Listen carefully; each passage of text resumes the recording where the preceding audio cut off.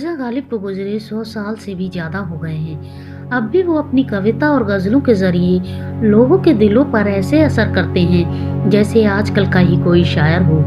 मिर्ज़ा गालिब उर्दू और फ़ारसी भाषा के महान शायर थे।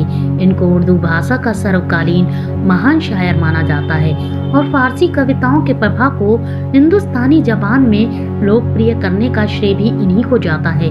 गालिब को उनकी कविता और ग़ज़लों के लिए दाबिर-उल-मुल्क और नज़ाम-उद-दौला जैसे खिताब से भी नवाजा गया था। गालिब को हिंदुस्तान और पाकिस्तान दोनों में ही एक महान कवि के रूप में देखा जाता है। आगरा, दिल्ली और कोलकाता में अपनी जिंदगी गुजारने वाले गालिब को मुख्यतः उनकी उर्दू ग़ज़लों के लिए याद किया जाता है।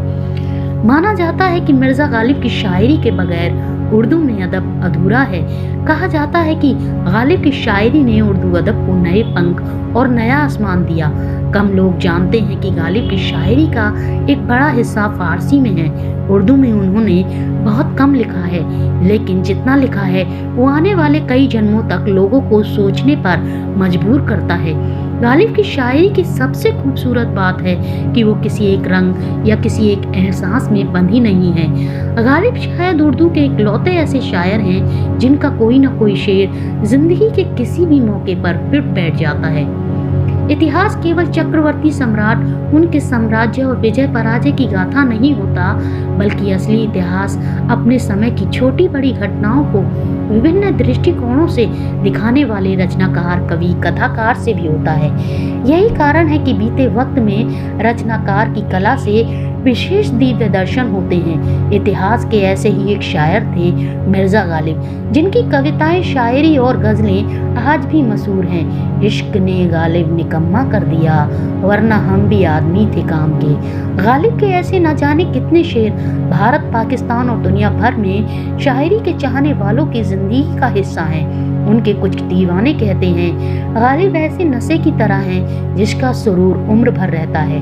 गालिब का पूरा नाम अज़दुल्ला था। अज़दुल्ला खान मिर्ज़ा गालिब के बारे में मीर का मानना था, अगर इस लड़के को कोई कामिल उस्ताद मिल गया तो ये एक लाजवाब शायर बनेगा। अचरज की बात है कि 18,000 से ज़्यादा गज़लें लिख चुके मीर केवल 1500 शेरों के मालिक गालिब की तुलना में कम जाने जाते हैं। मिर्ज़ा गालिब ने अपने फ़ारसी के 6,600 शेर और उर्दू के 1100 से शेर वाली दीवान पूरी की थी। उनका यह संग्रहालय दीवान कहलाता था।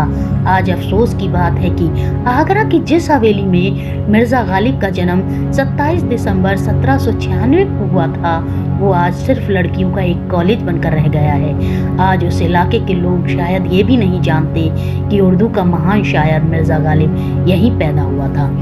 वहीं दूसरी ओर मुगलों की दहली यानी शाहनवाज़बाद में गालिब ने अपने जीवन के करीब 55 वर्ष बिताए। गालिब का अधिकतर जीवन गली कासिम जान में बीता। इस बात को ध्यान में रखते हुए अगर प्रश्न किया जाए कि क्या गालिब दिल्ली की जनसाधारण की सोच में जिंदा हैं, अगर हाँ तो कैसे और नहीं तो क्यों नहीं। दिल्ली में गालिब की उपस्थिति एक ऐतिहासिक तत्व है तो उनकी मृत्यु भी दिल्ली के लिए एक ऐतिहासिक बात है, क्योंकि उनका मकबरा भी निज़ामुद्दीन में ही है। इस बात को आज शायद ही कोई जानता है कि मिर्ज़ा गालिब ने दिल्ली में एक लंबा वक्त बिताया और यही वजह है कि नई दिल्ली को अंग्रेजों की राजधानी बनने से पहले मिर्ज़ा गालिब इस दुनिया को अलविदा कह गए और यही कारण है कि वो आज की नई दिल्ली की कहानी से गायब है। शायद इसी भावी तिरस्कार और अकेलेपन का उन्हें पूर्व आभास हो गया था, जो इन पंक्तियों में साफ दिखाई देता है। अंग्रेजों की कौम से जो इन रुसिया कालों के हाथों कत्ल हुई, उनमें कोई मेरा उम्मीदगाह था और कोई मेरा सागिर्द। हाय इतने यार मेरे, जो अब मैं मरूंगा तो कोई मेरा रोने वाला भी ना होगा। सुमन शर्मा।